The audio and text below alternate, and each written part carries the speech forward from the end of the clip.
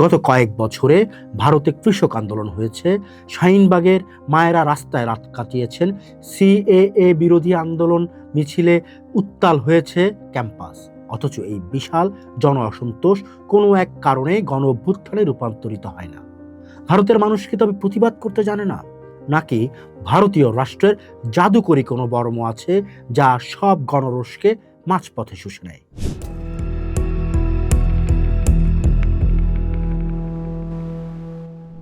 ঢাকার রাজপথে যখন জনসমুদ্র আছড়ে পড়ে 15 বছরের একচ্ছত্র শাসনের পতন ঘটায়, কিংবা কলম্বোর অর্গল আন্দোলনে যখন সাধারণ মানুষ প্রেসিডেন্ট প্রাসাদের সুইমিং পুলে তাপিয়ে বেড়ায়, তখন দিল্লির ড্রয়িং রুম থেকে কলকাতার কফি হাউস, সবখানে একটি প্রশ্ন প্রায়শই ঘুরপাক খায়: ভারত কি তবে ব্যতিক্রম? গত কয়েক বছরে ভারতে কৃষক আন্দোলন হয়েছে, শাহিনবাগের মায়েরা রাস্তায় রাত কাটিয়েছেন, সিএএ বিরোধী আন্দোলন মিছিলে উত্তাল হয়েছে ক্যাম্পাস। অথচ এই বিশাল জন অসন্তোষ কোনো এক কারণে গণ অভ্যুত্থানে রূপান্তরিত হয় না। ভারতের মানুষ কি তবে প্রতিবাদ করতে জানে না, নাকি ভারতীয় রাষ্ট্রের জাদুকরী কোনো বর্ম আছে যা সব গণরোষকে মাঝপথে শুষে নেয়? গত কয়েকদিন যাবৎ সামাজিক যোগাযোগ মাধ্যমে আমরা দেখতে পাচ্ছিলাম, ভারতের ইতিহাস নিয়ে অনেকে অনেক কথাবার্তা বলছেন ভারতের লোকজন নাকি ভীরু। ভারতের ইতিহাস কিন্তু ভীরুতার নয়।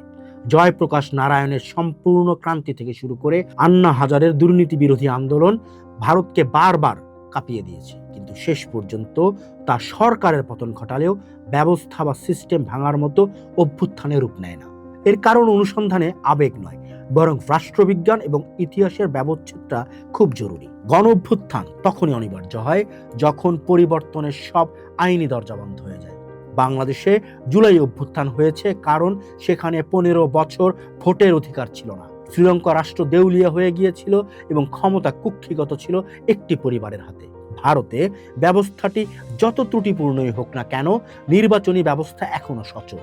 এখানে গণ অসন্তোষের বাষ্প রাজপথে বিস্ফোরিত হওয়ার আগেই ব্যালট বাক্সের সেফটি ভালভ দিয়ে বেরিয়ে যায়। জনতা জানে রাজপথে রক্ত না ঝরিয়েও 5 বছর অন্তর কিংবা রাজ্য ভেদে তার আগেও তারা শাসকদের দণ্ড দিতে পারে। ভারতের বহুত্ববাদী কাঠামো এবং কার্যকর ফেডারেলিজম জন অসন্তোষকে স্থানীয় করে রাখে। কেন্দ্রের ব্যর্থতার রাগ অনেক সময় রাজ্যের জয়ে প্রশমিত হয়। স্যামুয়েল হানিংটন তার political order in changing societies গ্রন্থে দেখিয়েছেন, রাজনৈতিক প্রতিষ্ঠানের শক্তি ঠিক করে একটি সমাজ স্থিতিশীল হবে নাকি অস্থির।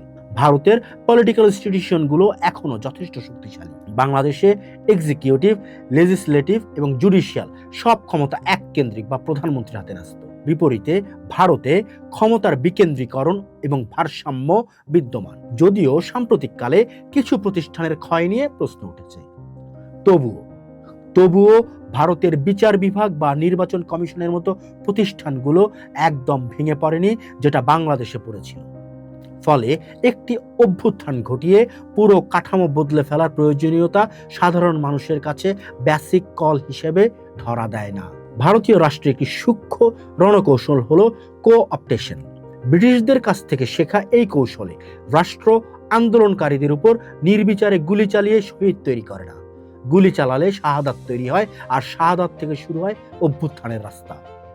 ভারত সরকার আন্দোলনকারীদের আলোচনার টেবিলে রাখে, কমিটি গঠন করে, দীর্ঘ সময় ক্ষেপণ করে এবং আন্দোলনের নেতৃত্বের একটি অংশকে ছোটখাটো প্রাপ্তির টোপ দিয়ে মূল স্রোত থেকে বিচ্ছিন্ন করে দেয়। দমন আন্দোলনকে র্যাডিক্যাল বা উগ্র করে কিংবা কোঅপটেশন আন্দোলনকে ভেতর থেকে নিঃসাড় করে দেয়। কৃষক আন্দোলন এর এক বড় উদাহরণ। দীর্ঘ লড়াই শেষে সরকার আইন প্রত্যাহার করে আন্দোলনকারীদের ঘরে ফেরত পাঠাতে সক্ষম হয়েছে, কিন্তু তাকে রাষ্ট্রবিরোধী বিপ্লব হতে দেয়নি। ভারত আসলে একটি দেশ নয়, একটি মহাদেশ। এখানে পাঞ্জাবের কৃষকের ক্ষোভ তামিলনাড়ুর শ্রমিকের কানে পৌঁছাতে পৌঁছাতে ভাষা ও সংস্কৃতির পাঁচিল এসে দাঁড়ায়। মণিপুরের আগুন দিল্লিকে পোড়ায় না, আবার কাশ্মীরের কান্না কেরালার সমবেদনা পায় না। এই ভৌগোলিক ও ভাষাগত বৈচিত্র্য জাতীয় ঐক্যবদ্ধ অভ্যুত্থানের পথে বড় অন্তরায়। তদুপরি যখনই কোনো গণ অসন্তোষ জাতীয় রূপ নিতে চায়, তখন ক্ষমতাসীনেরা পরিচয়ের রাজনীতি বা আইডেন্টিটি পলিটিক্স সামনে নিয়ে আসে। হিন্দু মুসলিম মেরুকরণ, জাতপাতের বিভাজন কিংবা বিদেশি হাত বা পাকিস্তানের ষড়যন্ত্রের জুজু দেখিয়ে শ্রেণীর লড়াইকে ধর্মের লড়াইয়ে রূপান্তর করে। যখন মানুষের শত্রু রাষ্ট্র না হয়ে নিজের প্রতিবেশী হয়ে দাঁড়ায়, তখন রাজপথের লড়াই দিক হারিয়ে ফেলে। গণ অভ্যুত্থানের চূড়ান্ত পরিণতিতে সেনাবাহিনীর ভূমিকা থাকে নির্ণায়ক। প্রতিবেশী পাকিস্তান বা বাংলাদেশে সামরিক হস্তক্ষেপের ইতিহাস থাকলেও ভারত এক্ষেত্রে ব্যতিক্রম। এর কারিগর ছিলেন জওহরলাল নেহরু। স্বাধীনতার পরপরই তিনি পরিকল্পিতভাবে সেনাবাহিনীর ক্ষমতা হ্রাস করেন। কমান্ডার ইন চিফ পদ বিলুপ্ত করা হয়। বাজেট নিয়ন্ত্রণ এবং সিভিল মিলিটারি ব্যালেন্স তৈরির মাধ্যমে তিনি সেনাবাহিনীকে পুরোপুরি বেসামরিক প্রশাসনের অধীনে নিয়ে আসেন।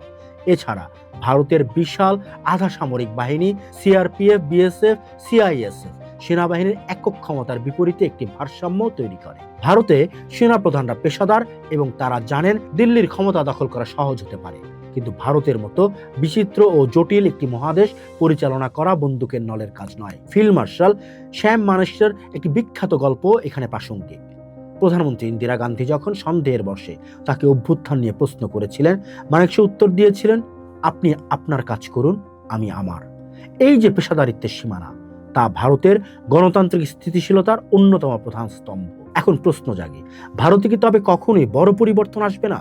ইতালীয় দার্শনিক অ্যান্তোনিও গ্রামসির হেজিমনি তত্ত্ব বলে, রাষ্ট্র শুধু পুলিশ দিয়ে নয়, মগজ ধোলাই দিয়েও শাসন করে। ভারতের মূলধারার মিডিয়া, যা বর্তমানে গদি মিডিয়া হিসেবে পরিচিত, এবং বলিউড সেই সম্মত উৎপাদনের কারখানা হিসেবে কাজ করছে বেশ কিছুদিন।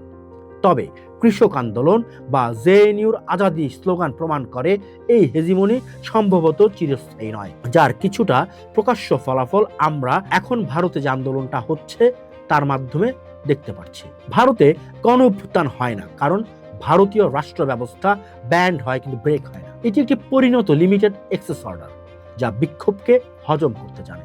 তবে ক্ষমতার এই স্থবিরতা আর সাধারণ মানুষের বঞ্চনার দূরত্ব যদি ব্যালট বাক্স মেটাতে ব্যর্থ হয়, তবে ইতিহাসের কোনো এক মোড়ে ভারতীয় মহাদেশীয় শান্তিতেও ফাটল ধরা অসম্ভব নয় বলে রাষ্ট্রবিজ্ঞানীরা মনে করেন। কারণ রাষ্ট্র যখন আলোচনার সব জানলা বন্ধ করে দেয়, জনতা তখন দেয়াল ভাঙার পথই বেছে নেয়। তবে বর্তমান প্রেক্ষাপটে ভারতের গণতান্ত্রিক প্রতিষ্ঠান এবং নির্বাচনী ব্যবস্থার যে সুরক্ষা বেড়ি, তা অতিক্রম করে কোনো নাটকীয় অভ্যুত্থান কেবল সুদূর পরাহতই নয়, বরং প্রায় অসম্ভব।